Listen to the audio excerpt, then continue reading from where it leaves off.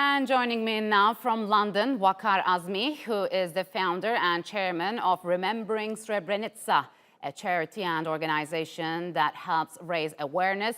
And joining from Melbourne, Hariz Halilovich, who is a professor at RMIT University. So, gentlemen, welcome to Straight Talk. It's good to have you on the program. Hariz, 25 years on from the Srebrenica Genocide. What has changed so far? Well, at least we are talking about Srebrenica Genocide, and today across the globe, probably also due to pandemic, the COVID pandemic, we are talking more globally than we usually did in the past, which was mainly located in Bosnia and for Bosnian audiences with international dignitaries. This is in the kind of global discourse, it has changed. We talk about Srebrenica Genocide without questioning it.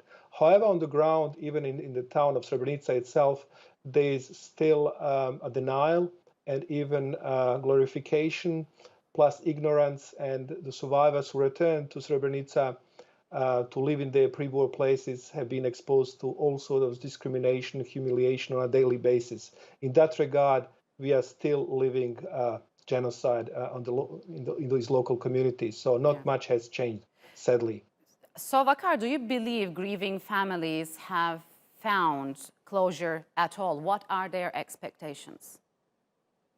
Well, in terms of the grieving families, if you look at the mothers of Srebrenica and the survivors, unfortunately, the denial, as Hariz has talked about, is causing huge pain, because those people who committed the crimes, the leaders that committed the crime, while some have been prosecuted, there's others who are walking free and they continue to deny the genocide. The mayor of Srebrenica himself denies the genocide, which is so sickening to see that, in this day and age, when two courts have called it a genocide, that the mayor of Srebrenica continue to deny the genocide. Yeah. So in terms of closure, it is very difficult for survivors and the mothers who lost their loved ones to find closure when on a daily basis they are mocked at, they're laughed at, and they're facing the discrimination as well as the denial. Yeah.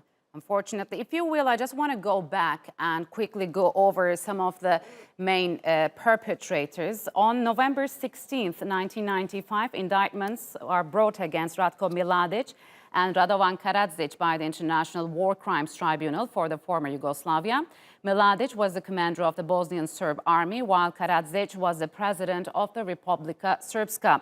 4 years after the genocide, UN Secretary General Kofi Annan submits a report calling the event the most meticulous, systematic and harrowing experience on European soil since the Second World War. Bosnian Serb Deputy Commander Radislav Krstić is found guilty of genocide on August 2, 2001. Krstić becomes the first man to be convicted of genocide by the tribunal and is sentenced to 46 years in prison. Almost a decade after the tragedy, the tribunal rules the massacre at Srebrenica constituted genocide. Years later, both the US Congress and European Parliament recognized what happened in Srebrenica as genocide. After years on the run, Karadzic is arrested in Belgrade in 2008 and Mladic is arrested in northern Serbia in 2011. On March 24, 2016, Karadzic is found guilty of genocide, war crimes, and sentenced to 40 years in prison. Last year, an appeal court in The Hague increased his sentence to life in prison. A year after, on November 22nd, Mladic is convicted of various crimes at a UN tribunal and given a life sentence. So, gentlemen, now, despite all the mounting evidence, there's been a recent emergence of deniers to what happened in Srebrenica. What is behind that, Hariz? This is very much coming from above. So it is carefully orchestrated by the political elites in Serbia and Republika Srpska, and also cultural institutions in Serbia and Republika Srpska, mainly Serb Orthodox Church. What even was considered to be a work of extremists or the unpopular beliefs after the war, denying Srebrenica genocide, mocking the victims, creating songs and jokes about genocide. This is now more or less mainstream in Serbia and Republika Srpska. In Serbia, even there is something that could be called entertainment industry of genocide denial and triumphalism, with Serbian TV Happy leading this trend by bringing sentenced war criminals like Vojislav Šešelj to be regular guest, literally mocking even the ceremony of collective burial and potachari on TV. So it is completely unacceptable. Sadly, this has become part of the mainstream and also kind of now being embraced by ordinary people, if you like, who at festivities like birthday parties, like wedding, would sing songs and dance along songs that have derogatory lyrics and triumphalist. So Waqar, how can the world combat denialism and, as we've just mentioned, glorification of war criminals both in Bosnia and abroad? Well, I think three ways, really. Firstly, it's important for the world to commemorate Srebrenica Memorial Day on 11th of July. Each country should be doing that. The European Parliament passed a resolution in 2009 asking every member state to commemorate Srebrenica Memorial Day on 11th of July. And it's a shame on Europe that not a single country apart from Britain is commemorating Srebrenica Memorial Day. So that is important to commemorate, to educate people through commemoration. That's the first thing.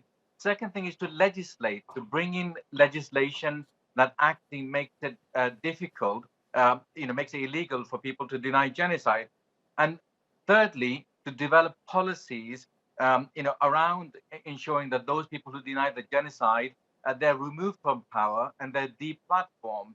And that is something the EU High Representative in Bosnia-Herzegovina could do under the Dayton Agreement, has the power to ensure that those people who are denying the genocide, their powers are taken away and they're removed from their position. Yes. So, Hariz, has the world, in your opinion, lost its appetite to fight war crimes since the 1990s, let's say? And why do you think that the international community, as just Waqar mentioned, remains indifferent to mass killings all over the world, like Syria, Yemen, and Myanmar? What has changed since the 1990s? Sadly, I can't say that much has changed. So there might be even something that could be called the media fatigue. So we have become desensitized, seeing the images of suffering on mass scale, of people being killed, whole cities being destroyed, without any action by international community being taken to save lives and stop the violence. The United Nations has proved multiple times to be not efficient, not fast enough, not able to prevent or to stop conflicts, even to impose peace. What happened shortly after the Srebrenica genocide was to happen in Kosovo in 1999, and that genocide in progress literally was stopped by NATO intervention. So unilateral actions by military associations such as NATO might be much more efficient in stopping genocide than, say, United Nations. All right, gentlemen, unfortunately, we'll have to leave it here. Thank you very much for joining us on Straight Talk. Appreciate it a lot.